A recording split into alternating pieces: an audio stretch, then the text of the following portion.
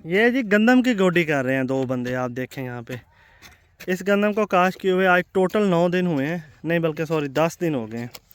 10 दिन पहले ये गंदम का हमने प्लॉट काश किया है।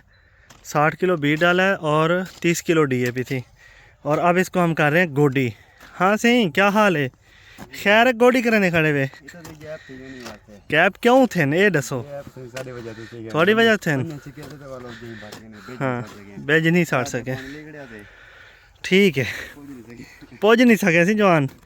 एक मिनट दे विच जड़ा काम थी वया वो कहने किते ने हुण जवान जड़ा ना 4 घंटे कमासन, पर दोबारा जड़ा ना इन्हां कोई काम भूल सी गया ना पूरी जिंदगी भी बन्ने दे नाल बेज सट्टने। सारे बन्ने दे नाल सट गए ते 4 बन्ने दे नाल जवान भूल गए। वीडियो चलन दे कोई नहीं थींदा।